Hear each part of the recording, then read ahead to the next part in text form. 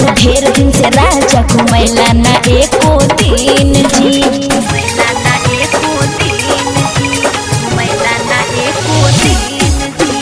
आसरा धरैला तू ढेर दिन से राजा घुमैला ना एको दिन जी। सुन ले बानी ढेर निमन लागेला जंगल पहाड़ के सेन जी।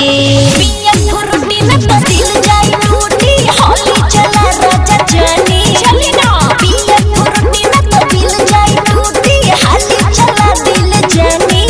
बड़ा नीक लगला राजा, बड़ा नीक लगला राजा ठंडा कोकोला के पानी। बड़ा नीक लगला राजा ठंडा कोकोला के पानी। ए जी बहुत निमन लगला।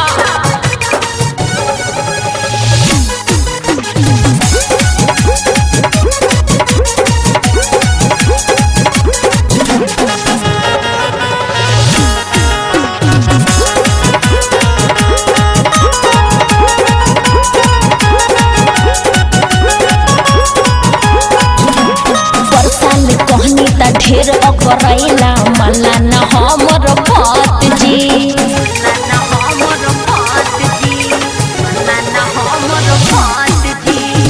साल कहनी ता ढेर अगरैला मला न हमर बात जी।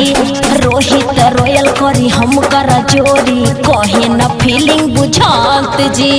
लूटब मजा कहो न जा जा काहे न बात तोहर रानी। लूटब मजा कहो न जा जा कहे न बात तोहर रानी। बड़ा नीक लगला राजा, बड़ा नीक लगला राजा ठंडा कोकोला के पानी। बड़ा नीक लगला राजा ठंडा कोकोला के पानी।